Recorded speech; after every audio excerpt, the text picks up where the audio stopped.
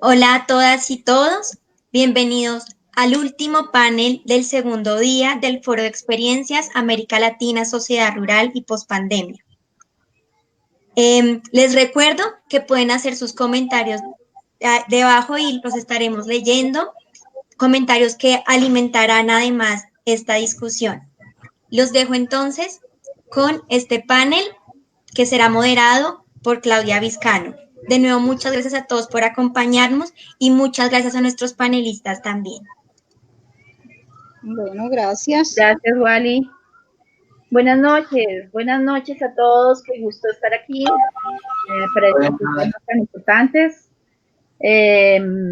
como los nuevos desafíos que tiene la ruralidad actualmente, con temas frente a la seguridad alimentaria, frente al COVID-19. Y pues les queremos decir que esta noche tenemos tres excelentes conferencistas. Tenemos a la señora Omaira Chona, que nos acompaña desde el Cesar. Ella es una líder de las zonas de reserva campesina, ha luchado por la tenencia de la tierra y por el acceso a la tierra durante muchos años, y nos va a hablar precisamente de ese tema. También tenemos a nuestro conferencista internacional, Luis Hasali, que nos acompaña desde Perú. El tema de Luis es el de los pueblos indígenas y el COVID-19. Y pues nos va a acompañar también en esta conferencia Guillermo Solarte, quien es el director de la organización de la Misión Rural, y pues obviamente pues nos va a hablar de la cartografía social que adelanta esta organización.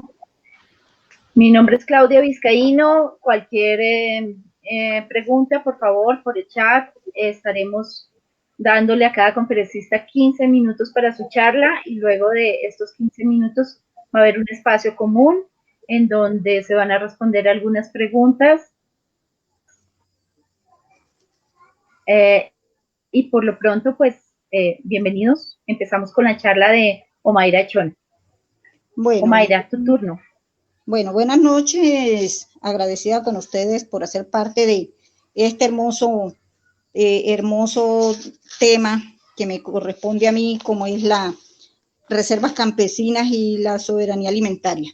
De pronto, para nosotros aquí es muy importante tener estos temas porque estamos en reservas campesinas. Directamente nosotros somos del área alta de la Serranía del Perijá, donde tenemos las mejores reservas campesinas, a las cuales tenemos muchos temas por trabajar. Estamos trabajando solitos, de la mano de Dios primero que todo.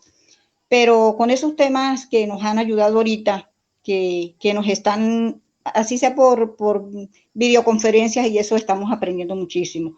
Entonces yo hoy, como mujer campesina, me siento agradecida con Dios y con ustedes que nos han tenido en cuenta.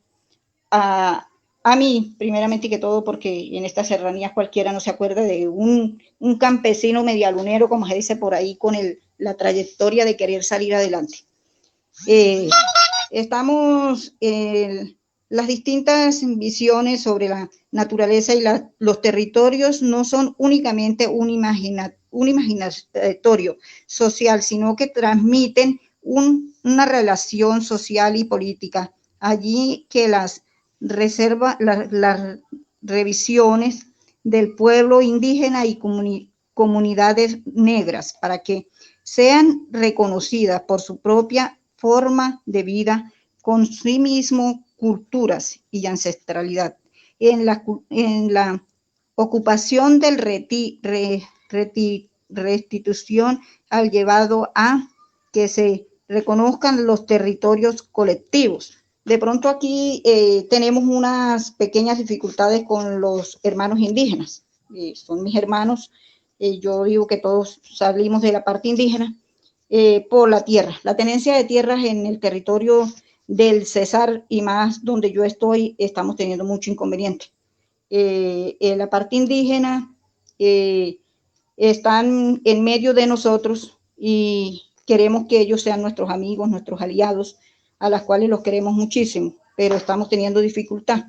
Entonces, de pronto ahí en la tenencia del territorio indígena, queríamos como llevar eso a cabo, de que de pronto miremos cómo podemos socializar temas con ellos, donde ellos entiendan que podemos vivir entre hermanos, no somos enemigos, somos hermanos de las comunidades. Entonces, aquí estamos teniendo un grave problema el municipio de La Paz. De pronto el municipio de San Diego no es mucho, municipio de La Paz, municipio de Codace, municipio de Manabre, municipio de San José, porque la parte indígena está por ese sector. Ellos están peleando los territorios de nosotros, a las cuales tenemos miles de años de ser campesinos, y ahora parece que ellos son los dueños de nuestros territorios. Bueno, esos son temas a discutir con ellos y a las cuales no hemos podido sentarnos directamente, y ahora por la cuestión de la pandemia pues estamos en críticas situaciones, peor es la situación. Quedó en la mesa de conversación, reunión con los indígenas, y no lo hemos podido lograr. Tenencia, bueno, ya ahí hablamos lo de la tenencia de indígenas. Ahora la problemática alimentaria, estamos teniendo problemática alimentaria del campesino. ¿Por qué estamos teniendo problemas en la tenencia alimentaria? La situación de nosotros aquí son las vías. Las vías para los campos están en muy mal estado. No hay vías, cómo sacar el alimento que se consume. Es una zona rica en alimentos. Aquí se consume, se da el café, se produce cacao, se produce el aguacate, estamos produciendo el plátano, se está produciendo de todo. Estas son unas zonas ricas en alimentos. Pero ¿qué pasa con el campesino? Que el pobre campesino no tiene vías. Por lo tanto, el alimento, la alimentación que está en la serranía se está perdiendo. Entonces, cuando llega el poquito al pueblo, vienen los acaparadores de la ciudad y nos quitan el poquito que nos trae el campesino. Entonces, estamos en crisis. Al campo no le está entrando ayudas. Creo que en esta pandemia todo el mundo habla de las ayudas hacia la pandemia. El recurso se ha quedado que porque la pandemia está ahí, pero en sí no estamos viendo el apoyo del Estado hacia el campesino, porque el campesino es el que produce, el campesino es el que nos da de comer, y estamos abandonados. O sea, directamente el campesino está abandonado en la parte rural y vía campesina, porque no tienen apoyo. O sea, llegan las ayudas. De pronto llega una microempresa, llega una empresa a ofrecer un subsidio, y nos piden lo que el campesino no podemos dar. Entonces, siento que en esta parte estamos fallando, en esta parte el Estado nos está faltando. Tenemos muchas, pero muchas dificultades en las organizaciones campesinas. Sentimos que estamos abandonados por el Estado, muy, muy abandonados. Tenemos varios problemas en las comunidades. Entonces, ¿qué queremos? Que de pronto la mirada sea hacia el campo, que las organizaciones pongan la mirada hacia nosotros, nos echen esa manita.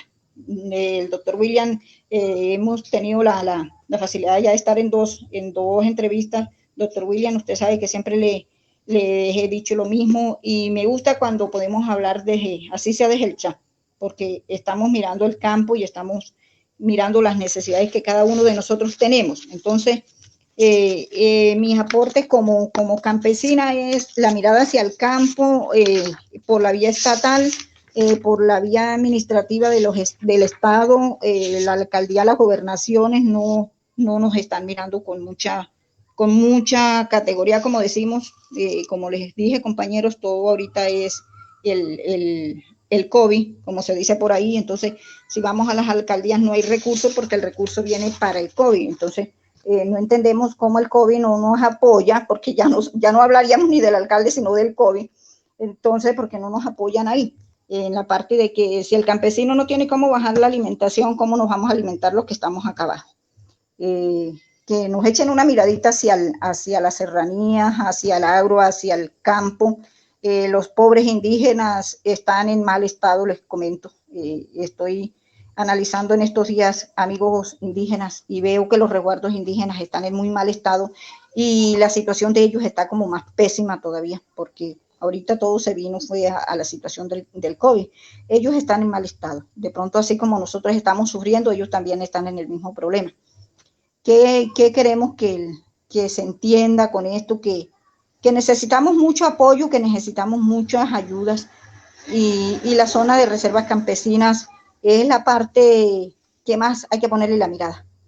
Estamos por aquí, nosotros tenemos un grupo de gestión ambiental, una mesa ambiental de personas campesinas. ¿Qué hacemos con esa mesa ambiental? Llevarle una mirada hacia el campo, a que la persona campesina entienda que no puede cortar el árbol, que no se puede quemar, que hay que reforestar el campo a como se pueda, al lugar que se pueda, lo estamos reforestando. Habemos un grupo de 30 personas, sin ánimo de lucro, no nos ganamos un pesito, pero con la mirada hacia el campo, queriendo hacer algo por la vida. Entonces, sé que el Señor nos va a regalar muchas bendiciones con esto, porque Dios le da vida, salud a quien le da vida al campo. Entonces, con esta parte también estamos trabajando una parte muy hermosa que es el campo, sembrando árboles, llegándole a las personas porque no pueden cortar, porque no pueden quemar, nos estamos quedando sin agua directamente. Arriba en la serranía de la Sabana Rubia, que todo el mundo lo escucha sonar, Sabana Rubia es un páramo. Había un páramo, dicho así, había, porque ya es muy poco el páramo que nos queda. Estamos ahí trabajando por esas zonas y queremos que Mesa Ambiental haga parte, y de pronto ahí hay unos compañeros que quisiera que a la próxima reunión pudieran entrar y pudieran ser parte también de estas mismas temas que les estoy contando. De pronto hay unos compañeros muy, muy preparados en los temas y sí, de pronto no han tenido la facilidad de entrar y hacer parte de las reuniones que hemos tenido. A mí me encanta estar con ustedes, a veces no puedo entrar por la señal, aquí es muy mala la señal, pero listo, aquí estoy con ustedes, compañeros, pues esa es mi temática. Si me salen más ideas, pues les contaré más ideas y les daré otros temas de aclarar. Muy bien, Omaira, muchísimas gracias. Omaira, ¿puedes cerrar tu micrófono, por favor? Gracias. Sí, pues muchas gracias por esa visión desde el campo que nos recrea, nos muestra las realidades a las que se enfrentan las personas en lo rural en este momento. Precisamente, pues es el tema del siguiente expositor, Luis Galassi, quien nos acompaña desde la Fundación, desde el Instituto del Bien Común del Perú. Entonces, Luis nos va a hablar de los indígenas y el COVID. Les agradezco mucho su atención. Luis, por favor, continúa. Gracias, muy buenas noches con todos y todas. Bueno, agradecer la invitación de Misión Rural y de ONAMIAP, ¿no?, en Perú, que nos han invitado a poder plantearles algunas reflexiones en el tema de pueblos indígenas y COVID-19 en el Perú. Si me permiten compartir la pantalla, vamos a compartir una exposición que les había preparado. Si me dicen que se está viendo, por favor. ¿Se está viendo? ¿Sí? Sí, ya se está viendo. Sí. Ok. Bueno, rápidamente entonces, tengo 15 minutos y voy a brevemente poder señalar un poco la información, ¿no? Creo que Latinoamérica en general estamos muy preocupados acerca de la atención de los estados, cómo están atendiendo el COVID-19 en los pueblos indígenas, ¿no? Este es un mapa reciente de la REPAM y COICA, de toda la cuenca amazónica, ¿no? Acaba de salir, ¿no? Y hay que notar que los datos, la estadística, la variable étnica en nuestros países es un gran problema, ¿no? Hay una deficiencia en los datos en materia de pueblos indígenas, y el caso del Perú es el mismo, ¿no? La REPAN ha planteado, junto con la COICA, cifras solo para la cuenca amazónica, ojo, ¿no? Nos hablan de 38.719 hasta ahora contagiados, más de 1.362 personas fallecidas producto de COVID, ¿no? Y muchos pueblos, ¿no? 217 pueblos indígenas de nuestra Amazonía tienen ya el problema y con el contagio en general y las muertes por COVID-19, ¿no? Entonces, lo primero que quiero señalar es poner la atención en las cifras, ¿no? No hay cifras sinceradas, si se quiere, ¿no? En el siguiente cuadro hablo ya un poco más de la zona del caso peruano, ¿no? En el caso peruano, esta es información del Ministerio de Salud, ¿no? Y reciente, además, ¿no? De hasta agosto.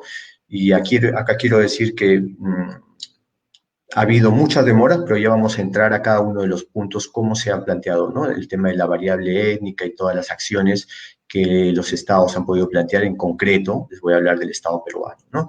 Y plantea, por ejemplo, aquí en este cuadro que vemos, al 1 de agosto, prácticamente 5.000 infectados, contagiados en la zona de Loreto, que es la zona amazónica en el Perú, Amazonas, Ucayali, que también son zonas amazónicas, y Ayacucho, La Libertad, que sí ya podemos hablar de zonas andinas, de pueblos indígenas andinos, ¿no? Con 1.680, en fin. Entonces, este es otro dato, ¿no? Entonces vamos a ver que los datos van variando, ¿no? En el Perú estamos llegando a varias partes de países latinoamericanos, entonces mencionar que somos 55 pueblos indígenas en el Perú, 51 amazónicos y 4 pueblos andinos, ¿no?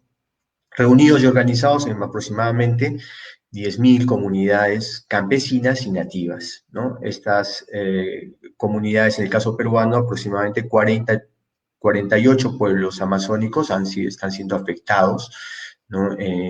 Por el COVID-19 y 2 pueblos andinos. Estamos hablando en total de esos 55, tenemos 55 pueblos afectados por el COVID-19, ¿no? Que están en sus territorios y que vamos a ver y vamos a revisar cómo ha sido esta situación y cómo va esta situación, porque no olvidemos, en el caso peruano en concreto, estamos ahora mismo en la situación más complicada del contagio a nivel nacional y en concreto, en específico, hacia los pueblos indígenas también, ¿no? Entonces, estamos en una situación según cifras de más o menos 200 contagiados en general diariamente fallecidos, ¿no? en el país.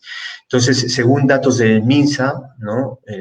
Se menciona aproximadamente 73 pueblos indígenas amazónicos fallecidos, ¿no? Miembros de pueblos indígenas, 60 miembros de pueblos indígenas andinos, ¿no? Entonces, son subregistros, como sabemos, y como lo que normalmente puede estar pasando en todo nuestro continente, ¿no? No hay una información adecuada, ¿no? Son datos que además acaban de salir hace muy poco, con cierta retraso en general, y han sido muchos los problemas que los estados están teniendo para implementar estas políticas hacia los pueblos indígenas, y en algunas cosas concretas vamos a ver que ni siquiera se puede implementar, ¿no? Entonces, para empezar, ni sincerar las cifras, ¿no? Cifras distintas según la región, dice una cifra, ¿no? Las direcciones regionales de salud, la dirección nacional, que en el caso del Perú es el MINSA, dice otra cifra, otros medios alternativos que van también haciendo el monitoreo de esto tienen otras cifras, y en fin, una confusión, ¿no? Esa confusión de datos, de cifras, finalmente no te permite generar estrategias claras, concretas hacia los pueblos indígenas. En el caso peruano en específico, me referiré puntualmente al caso peruano, vamos a ver que la reacción fue tardía, ¿no? La reacción en el caso de atender a los pueblos indígenas fue tardía, aproximadamente 2 meses. Una vez que se dictó el estado de emergencia en el Perú, más o menos el 15 de marzo, 2 meses después, recién reaccionó el Estado, ¿no? Y su aparato, tanto a nivel nacional, ¿no? Tenemos el Ministerio de Cultura, el Viceministerio de Interculturalidad, que son los entes rectores en materia de políticas de pueblos indígenas, reaccionó de forma tardía, 2 meses después, ¿no? ¿De qué forma reaccionó? A través, pues, de una norma que permita generar el marco de cómo iba a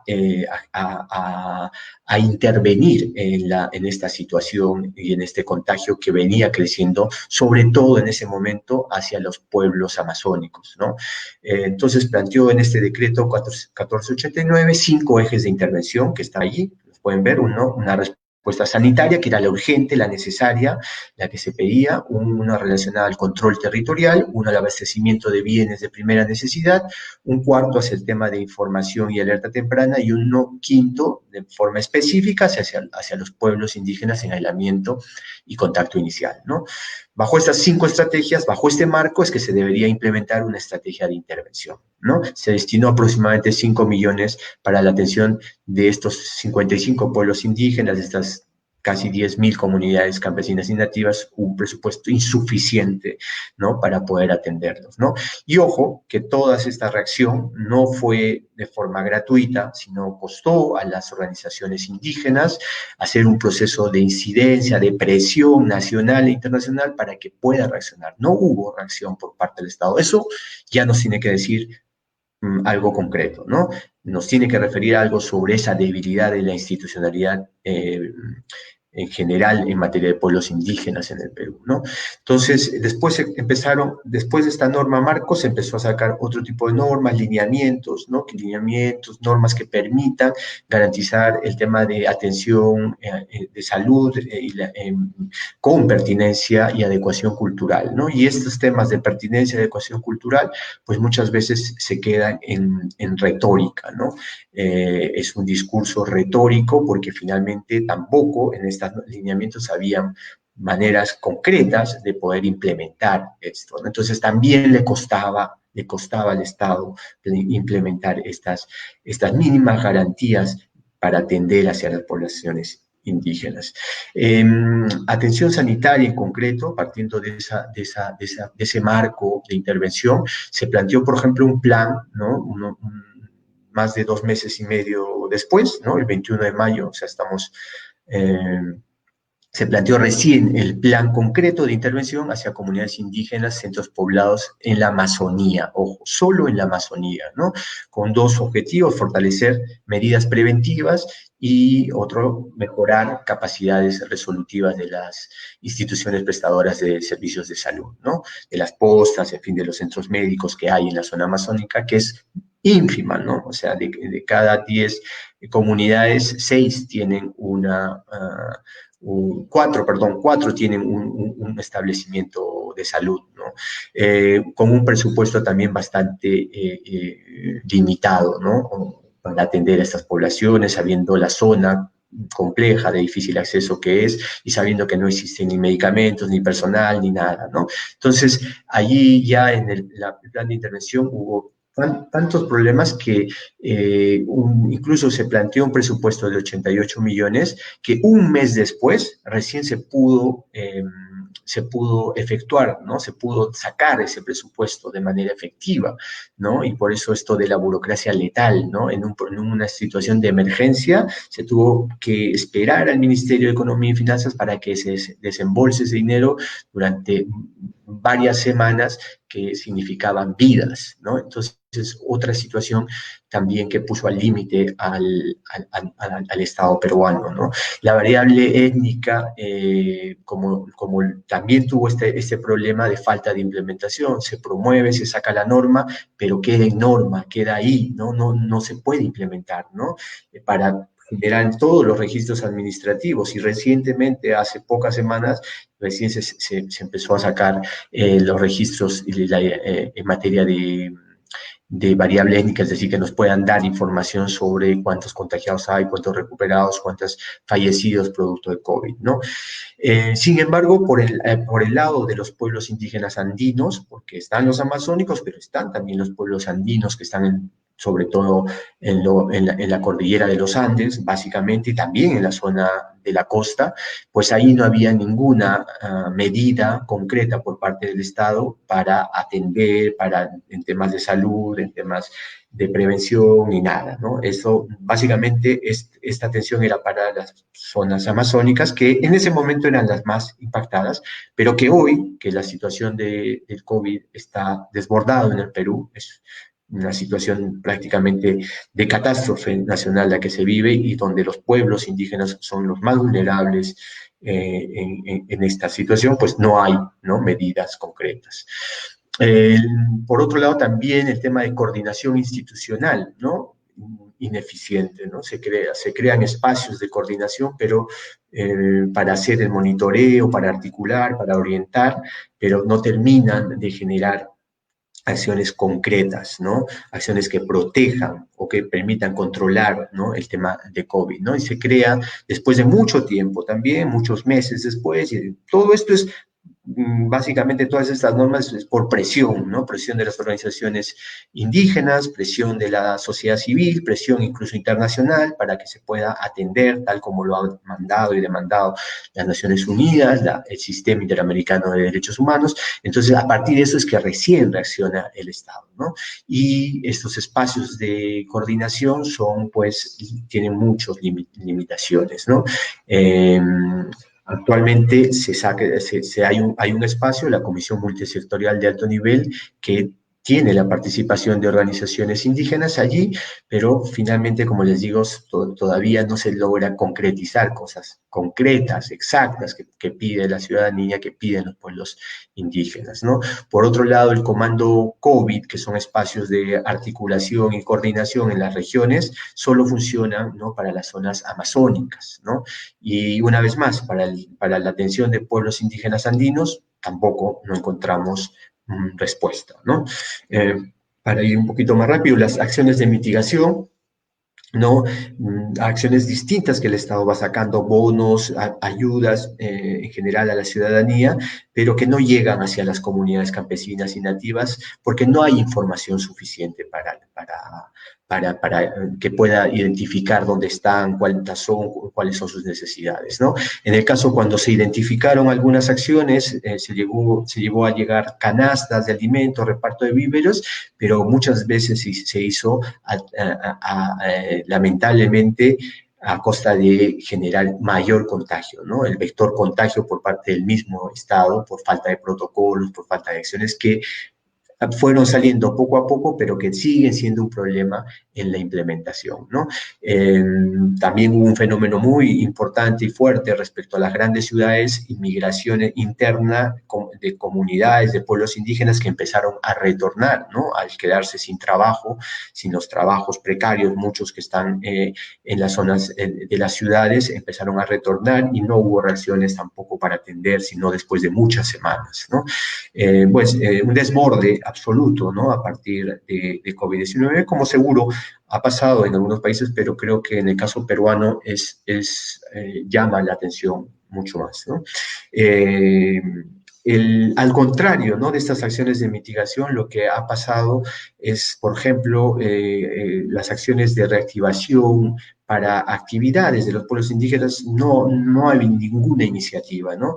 En materia de agricultura, turismo, temas forestales, comercio, ninguno de los paquetes que sí se han empezado a promover contempla acciones concretas para reactivar la economía indígena, ¿no? Todo lo contrario, sí se promueven acciones de riesgo, ¿no?, para actividades sobre todo extractivas, ¿no?, en diversas zonas. Entonces, ahí también, básicamente son esas las acciones que se han estado impulsando, esta reactivación económica en ese lado, ¿no? Conclusión, ¿no? ¿Qué podemos decir? Una conclusión primera y no podría entrar a todas las acciones que los pueblos indígenas han realizado, es que básicamente son ellos, los pueblos indígenas, sus instituciones, su conocimiento ancestral, sus prácticas de reciprocidad, su control territorial, en algunos casos, en muchos de ellos limitado por el mismo Estado, los que han venido enfrentando, haciendo frente a la pandemia COVID-19, ¿no? En conclusión, son muchas las acciones, tanto en la zona andina como en la zona amazónica, que han sido los propios pueblos los que han podido enfrentar con sus limitadas acciones también, pues a esta pandemia, ¿no? Por parte del Estado podemos mencionar que los pueblos indígenas siguen sin atención sanitaria, ni prevención de contagio, ni acciones de mitigación efectivas, ¿no? Y claramente siguen teniendo un riesgo de nocidio por omisión, ¿no? Falta de información, identificación por parte de los pueblos indígenas, ¿no? Es decir, no hay suficiente información que el Estado tenga para poder trabajar con políticas concretas rápidamente. Eso lo hemos visto, hay una deficiencia muy fuerte respecto a ello. Falta de voluntad política también por parte de las mismas autoridades. El Estado peruano no entiende,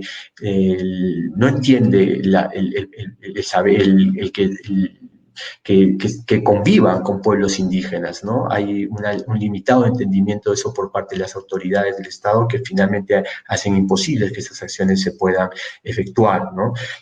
Priorización, por otro lado, de la reactivación económica es lo que ahora en esta etapa de la pandemia más le ha interesado al Estado, ¿no? Que de alguna forma esta reactivación también va a plantear un escenario de mayor conflictividad al permitir, ¿no?, relajar o debilitar o flexibilizar estándares mínimos de derechos fundamentales. En su momento se habló también, seguro en Colombia también pasó esto, ¿no? El tema de la consulta previa virtual, ¿no? La reducción de tiempos de consulta son cosas que se han venido escuchando también, y en fin, en temas ambientales de la misma manera, ¿no?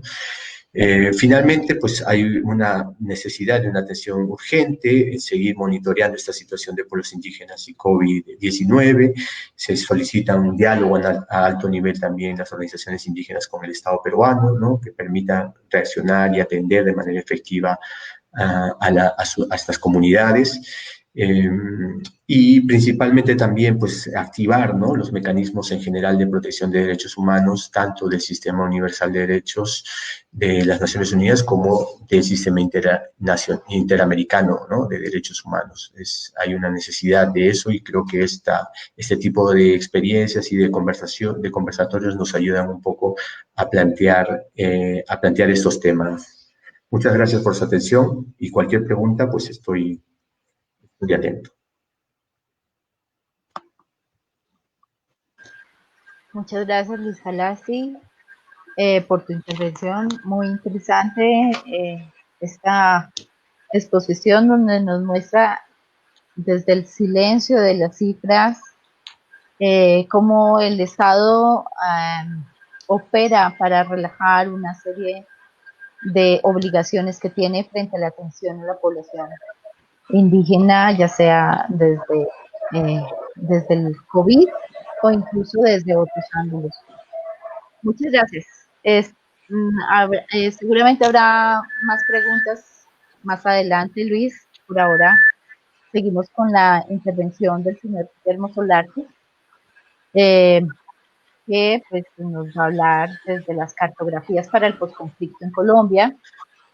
Adelante, bueno, Guillermo, por favor. La idea, de pronto el tema no estaba tan estrechamente relacionado con el COVID o las comunidades indígenas, pero la idea de presentar este trabajo es un trabajo que venimos desarrollando hace bastantes años, en donde lo que hemos tratado de hacer es impulsar la cartografía social como un método para construir democracia, construir solidaridad, construir confianza, a la vez que es un poco la mejor manera de aproximarse a las comunidades locales, ¿sí? Desde la misma construcción colectiva de conocimiento relacionado con ellos. Voy a presentarle un conjunto de mapas, estamos preparando una exposición, llevamos muchos mapas y voy a tratar de presentar unos mapas rápidamente y les voy contando. Si lograra compartir la pantalla en lo que estoy pensando que puedo hacer, ¿sí? Me dicen ustedes, ¿vale? De todas maneras, ahí la estoy compartiendo. ¿Aló? No, todavía no la está compartiendo.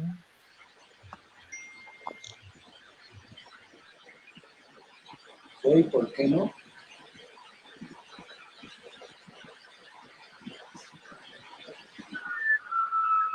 Lo que le entendí a Wiley era que tocara ahí tampoco.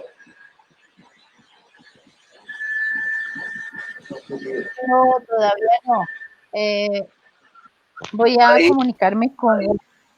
Voy a ingresar un segundo, disculpen, perdón, para orientarlos con este problema ahí sí técnico. la estoy compartiendo. Ahí le estaba No, compartiendo. aún no. Pero Vuélvele a dar. mira, ahí, sí, Ahorita me apareció la opción de darle compartir, pero la eliminaste, entonces, ahora sí. Listo. entonces voy Me a poner, retiro. igual, yo voy a tratar de poner un mapa para explicar el origen del trabajo que estamos haciendo. ¿Ese mapa lo están viendo? Sí, aquí lo estamos Sí, viendo. señor. Bueno, yo lo voy a, ¿ya o no? No, nuevamente, por favor. Bueno, Ahora sí. bueno, el origen de la cartografía social en nosotros nace de un trabajo que venía haciendo sobre el problema del conflicto en Colombia hace unos años.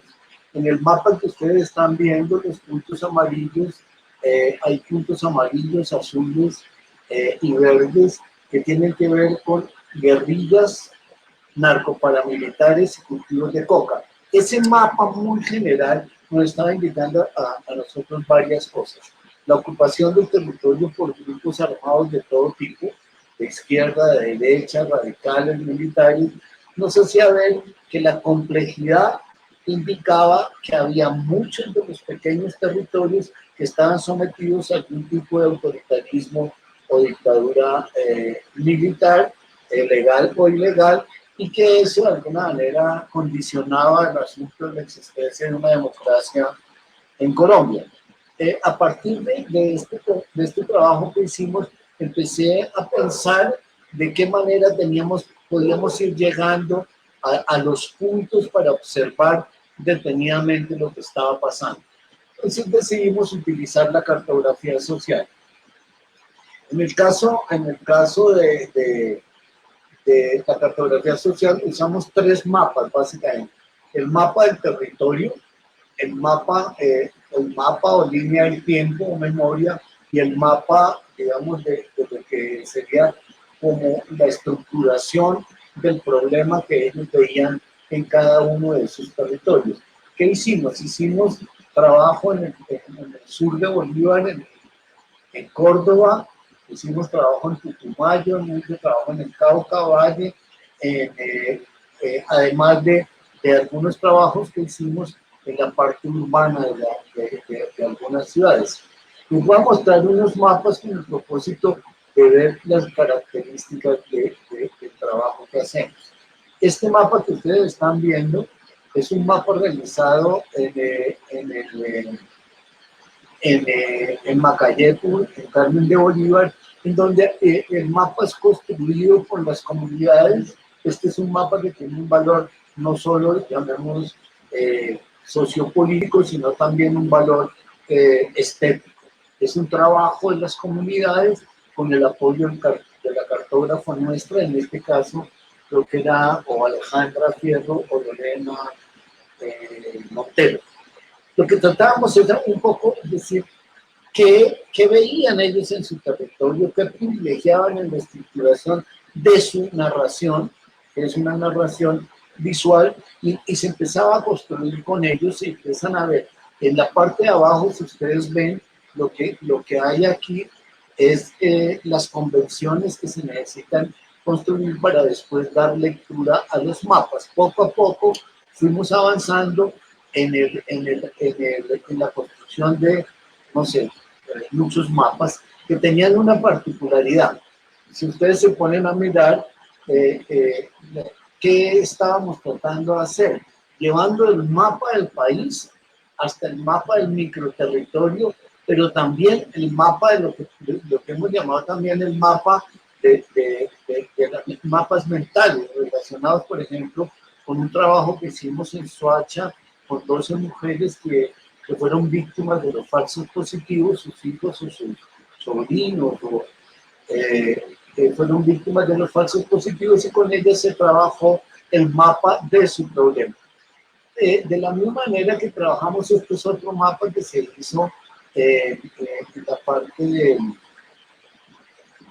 estas brisas de brisas en Bolívar, que son mapas, como ustedes los pueden ver, mapas construidos que tratan de indicar estos mapas en primera instancia, era como aquellos hitos que de alguna manera significaban algo para la población y que podrían hablar de la importancia que ellos le daban a su territorio. En el caso fíjense que hay una gran variedad de mapas. La parte, nosotros hicimos con estos mapas lo que llamamos un atlas un atlas de cartografía social para esos municipios, y en ellos se puede ver el conjunto de narrativas, ¿sí? En eso estamos experimentando, hacemos un curso de cartografía social básicamente casi todos los meses. Es un curso que ha cubierto. Esto, por ejemplo, es un mapa en la parte sur de Colombia, en la Carmelita, Putumayo. Es un mapa de una gran complejidad y un trabajo grande que hizo la cartógrafa, tratando de mirar todos los problemas que ese pequeño territorio tenía, y como ustedes los pueden ver en la parte de acá, aparecen 12 números que indican cada uno de los números el asunto: falta de servicios públicos, falta de salud, educación, fecundación aérea de cultivos con glifosato. Esa es la problemática del territorio construida con las personas en Putumayo. Putumayo es un departamento del sur de Colombia y limita con el Ecuador, y no recuerdo si con Perú, ahora no Colchán y Rusia. Este tipo de cartografías tienen una gran variedad. Nace esa diversidad. Este es el Mariana Baja Corregimiento de los Bellos, ¿sí? Son mapas que son construidos de la propia estética, pero que narran completamente la situación de cada uno de los municipios. Esos mapas, llamémoslo, de territoriales, los hemos trabajado, generan dos cosas. Una es la posibilidad de crear confianza y aproximaciones entre los grupos que participan activamente de la construcción del mapa. Otro, digamos que es clave en el sentido de que la gente, al compartir la construcción del mapa, identifican con claridad muchísimos de los problemas que ellos tienen. Muchos mapas de estos, más el de la línea del tiempo y el mapa del problema, sirvieron como fuente para que las comunidades elaboraran sus propios proyectos, digamos, de pequeños proyectos de productivos, para buscar financiación sobre las necesidades que cada una de las poblaciones que hemos trabajado tenía.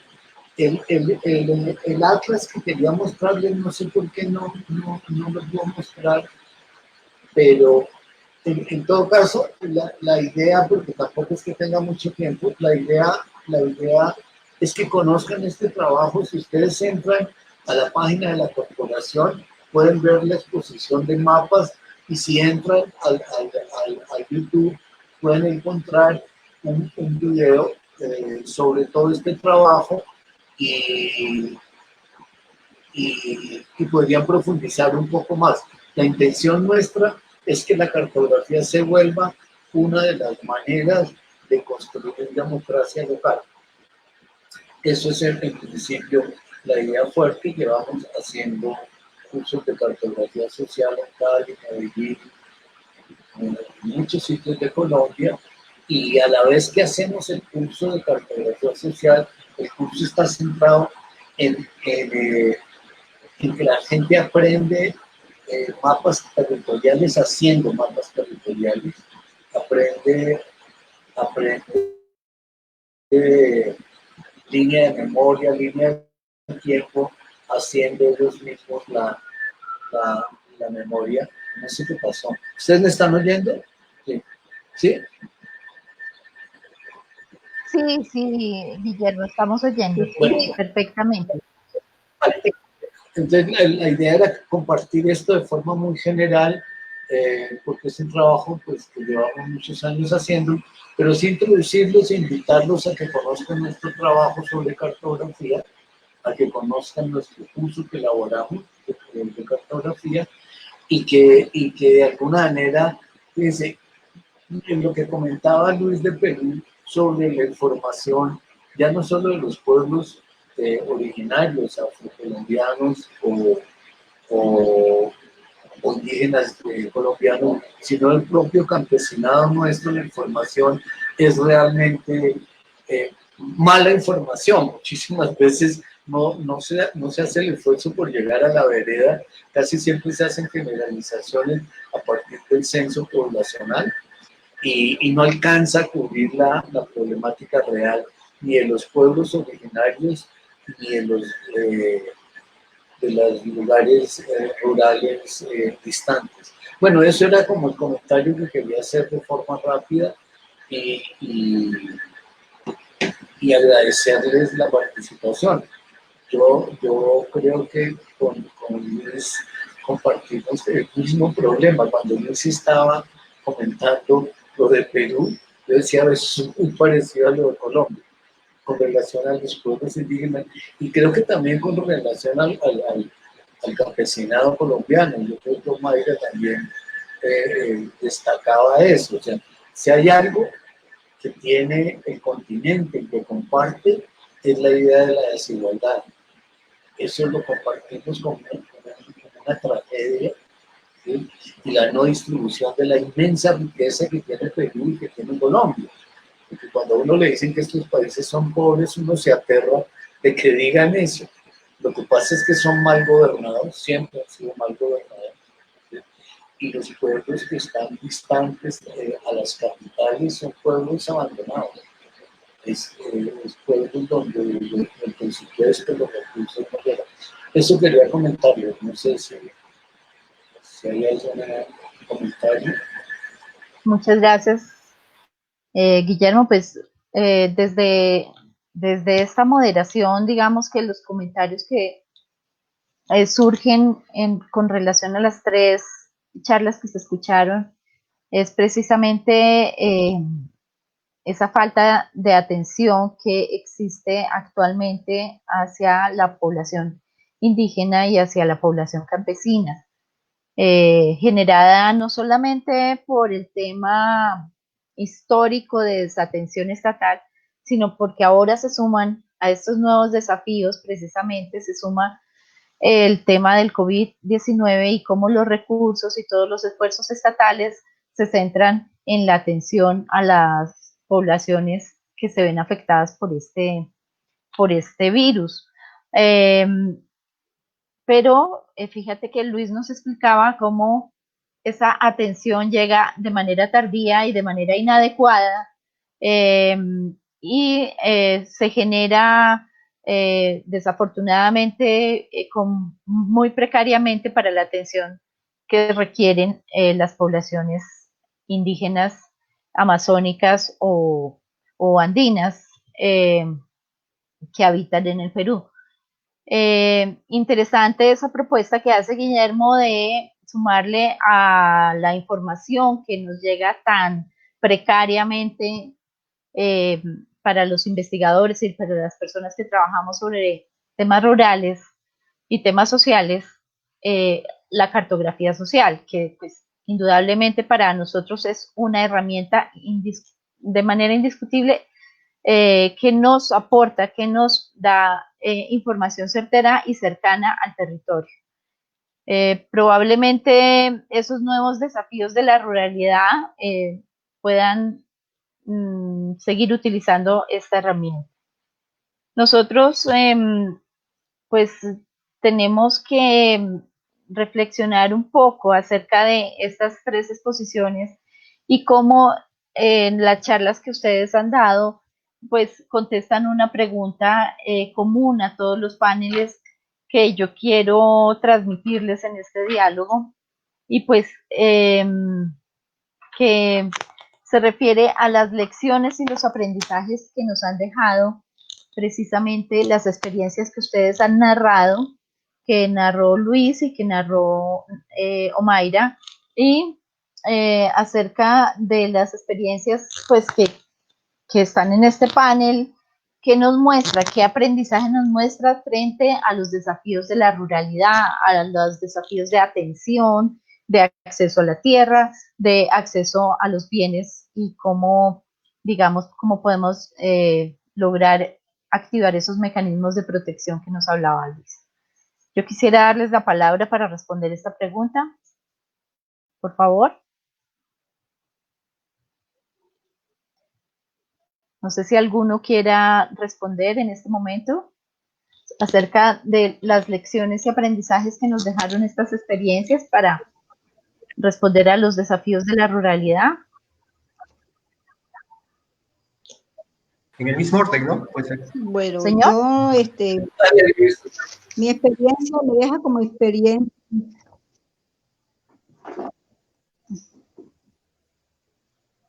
¿Quién va a hablar? Va a hablar. Omaira, Bueno, que me deje hablar a mí primero, pues se me cae la señal, ¿no? Claro que sí. Sí, señora, de pronto mi inconveniente. Bueno, a mí me deja como experiencia lo que siempre he dicho. A veces no miramos el compañero y no miramos la realidad de lo que está sucediendo. Lo que decía el compañero ahorita, de que nunca llega la información al campo. Compañero, acertadamente es la decisión y es la realidad de la vida. Y creo que me voy a tomar la bandera de que al campesino hay que explicarle y hay que decirle y hay que saber cuántos campesinos tenemos y en qué situación están. Directamente uno no conoce mucho el territorio de todos, pero creo que tocó hermanos de valor y acertar. Buscar el campesino, saber cómo viven directamente, aunque uno ya más o menos tiene como la visión de saber cómo viven ellos en la realidad. No sabemos cuánto viven en cada finca, pero creo que nos tocaría hacer un gran trabajo y creo que por ahí comenzaría mi experiencia rural.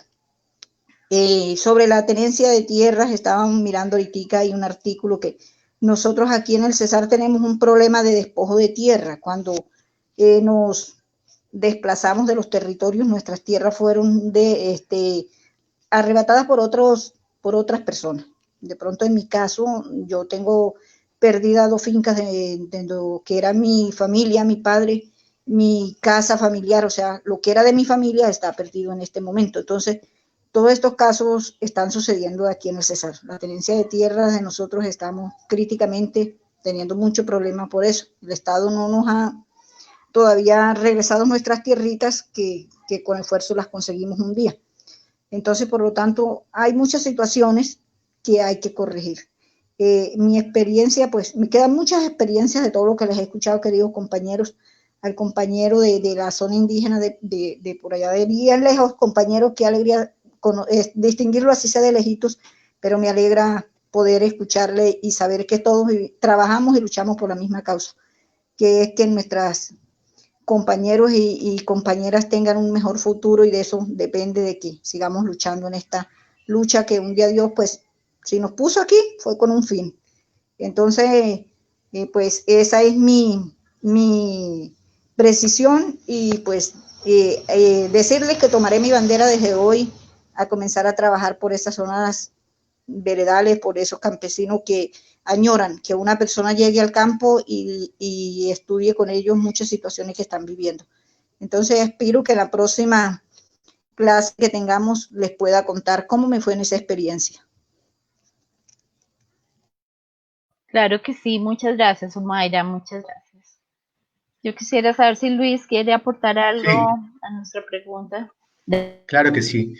Bueno, creo que las 3 experiencias contadas por los compañeros que hemos compartido tienen un punto en común, ¿no? Y por un lado, por el lado del Estado es la falta de información, ¿no? El Estado no tiene información suficiente sobre sus pueblos, sus comunidades campesinas, ¿no? Sus tierras, ¿no? Su titulación, ¿no?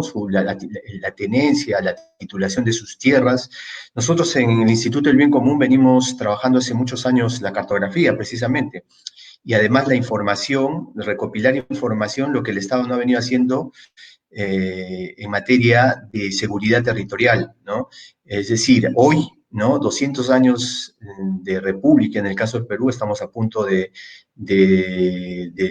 celebrarlo, no sé si es la palabra exacta esa, no se ha reconocido, ¿no?, a los pueblos indígenas en su totalidad, sus territorios, ¿no? Sabiendo que pues el territorio de estos pueblos preexiste antes de la concepción del mismo Estado, ¿no? Entonces, en eso hay una deuda histórica, no solo en el caso peruano y seguro también en el caso colombiano, respecto a la seguridad territorial de las comunidades campesinas, de los pueblos indígenas en general, ¿no?, en nuestros países. Y bueno, en ese afán creo que también es importante plantear que desde las organizaciones indígenas, desde las organizaciones campesinas, ¿no? Colombia tiene una historia muy importante en materia de comunidades campesinas, ¿no?, un movimiento muy fuerte. Yo creo que eso es de alguna manera lo que queda, ¿no?, en nuestros territorios. Han sido los mismos que han empezado a generar esa información en alianza con otras organizaciones. Hoy se tiene esa información, es una información no oficial, pero es alternativa. En el caso, por ejemplo, de AIDC, organizaciones indígenas acá, contienen la información. Lo que pasa es que el Estado todavía no la hace oficial, ¿no? La utiliza, ¿no? Por ejemplo, la información que tiene el Instituto del Bien Común la utiliza, pero no la hace oficial, ¿no? Porque, bueno, hay esa cuestión que de alguna forma es un tanto mezquina, ¿no? No utilizar lo que se tiene. Y bueno, y ahí hay una enorme tarea, ¿no?, que hacia las mismas organizaciones, hacia los mismos pueblos, y la pandemia COVID-19 ha demostrado que finalmente son los pueblos los que han hecho frente con sus acciones, con sus capacidades, ¿no?, que en muchos casos pueden estar limitadas, han hecho frente a prevenir, a la atención, a la mitigación de esta enfermedad, ¿no? Y eso creo que es importante. De alguna forma, esta pandemia también está fortaleciendo a nuestras organizaciones, ¿no? Y esta experiencia muy, muy complicada que todos los países vienen llevando, tiene que de alguna forma sacarnos de alguna forma más fortalecidos, ¿no? Más fortalecidos orgánicamente. Eso para compartir. Gracias.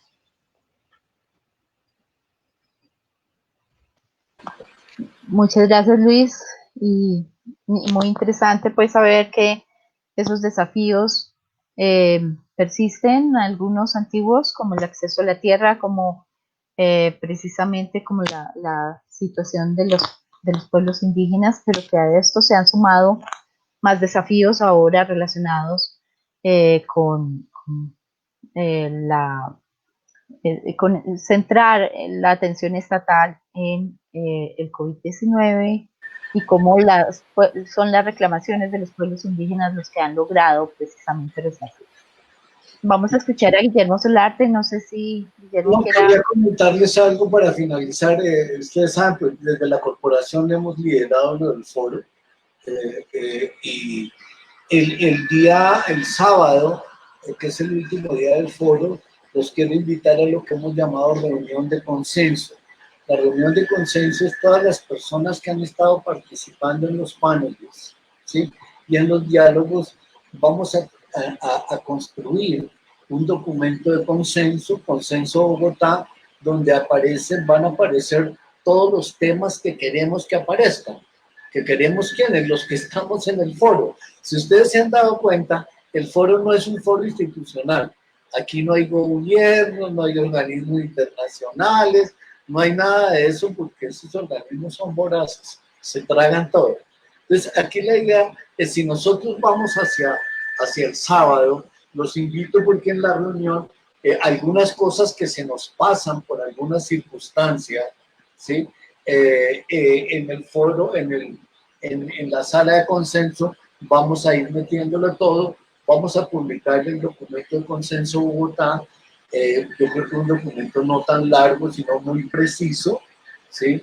y lo empezaremos a hacer rodar por América Latina de la mano de todos los amigos que han participado y por Colombia de la mano de todos, para que quede algo del foro. El foro no puede ser solo un evento. Entonces tenemos dos actividades que son bonitas, muy interesantes.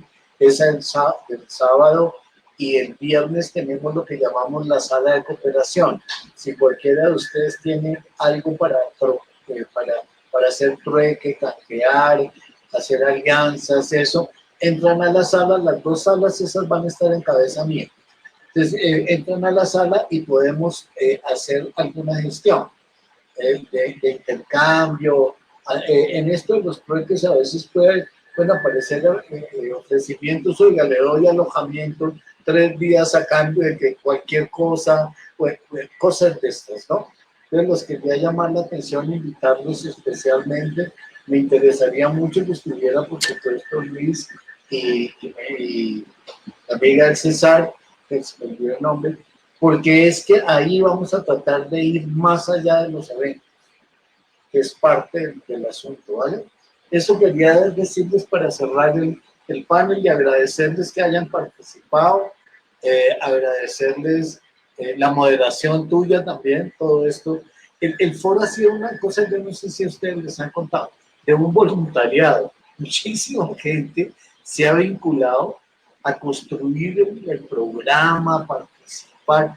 Nadie ha cobrado un centavo, solo el equipo de la corporación, pero porque es el de la corporación. Pero hemos tenido voluntarios como moderadores, como relatores en el grupo de motor, voluntarios que conseguían ponencia en otras partes, ¿sí? Entonces los invito a eso, ¿vale? Ese era lo que quería cerrar hoy. ¿Vale? Muchas gracias. Bueno, muchísimas gracias. Muchas gracias a todos. Muy interesante y pues agradezco mucho a la corporación. Vale, chao. Hasta luego, Luis. Hasta luego, Mayra. Chao. Hasta luego, Adiós. sí, señores.